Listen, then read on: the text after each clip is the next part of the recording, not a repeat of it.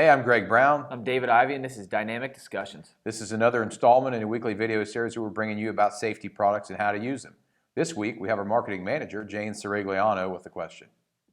We have a question from a viewer this week named Nick, and he would like to know, is it okay to use an SRL without a shock absorber for fall protection?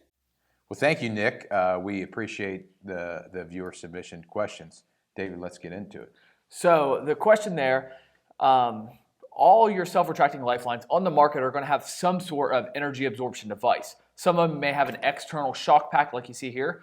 It's got webbing bound up inside this plastic shock pack. It's kind of a rip stitch. And then you got this heavy duty unit here that features an internal shock absorption device. There's a braking mechanism on the inside.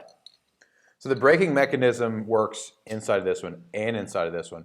The deceleration is a little bit differently.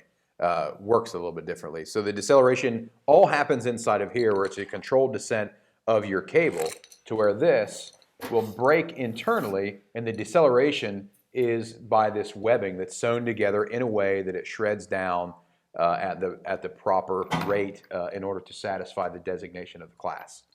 Both of these devices are actually a Class B self-retracting lifeline per the ANSI standard. So within 54 inches, they will bring you to a complete stop.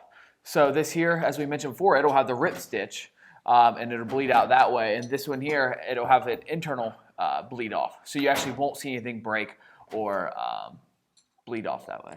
Yeah, different self-retracting lifelines have them externally or internally for other reasons. Obviously, on a smaller, our Pygmy series, that's going to be to reduce the size of this that's laying on your back to where the larger housings, you can have all that stuff inside of here. You also have it for leading edge applications. Most leading edge lifelines are going to have external shock packs, a completely different idea. But the question is answered by saying most self-retracting lifelines, if they're going to satisfy a Class B, a Class A, or a Class LE, there will be shock absorption, whether it's inside or outside of it. And a good read through your manual and a couple of tests will give you everything you need to know.